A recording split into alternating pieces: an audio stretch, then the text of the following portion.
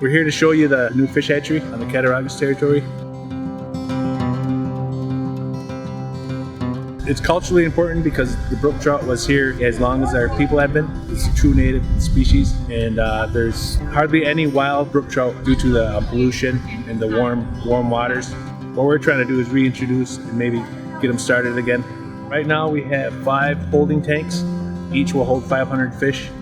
It's on a recirculating system, so we don't use as much water. It goes through the biofilter, which removes all the waste, and there's a smaller filter which removes all the solid waste. And those are the hatching troughs.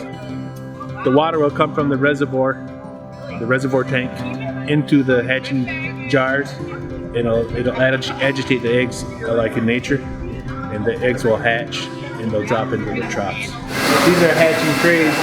They're similar to the jars, but they work a little different. Can you explain the netting and the ball? The netting and the ball? Yeah. That's just the fish will jump. They tend to jump, so we don't want them jumping out and landing on the floor. And the ball is just to keep the net from falling into the tank. We set it up so we can do other species in the future. Hopefully we'll be able to do maybe walleye and perch, other native species.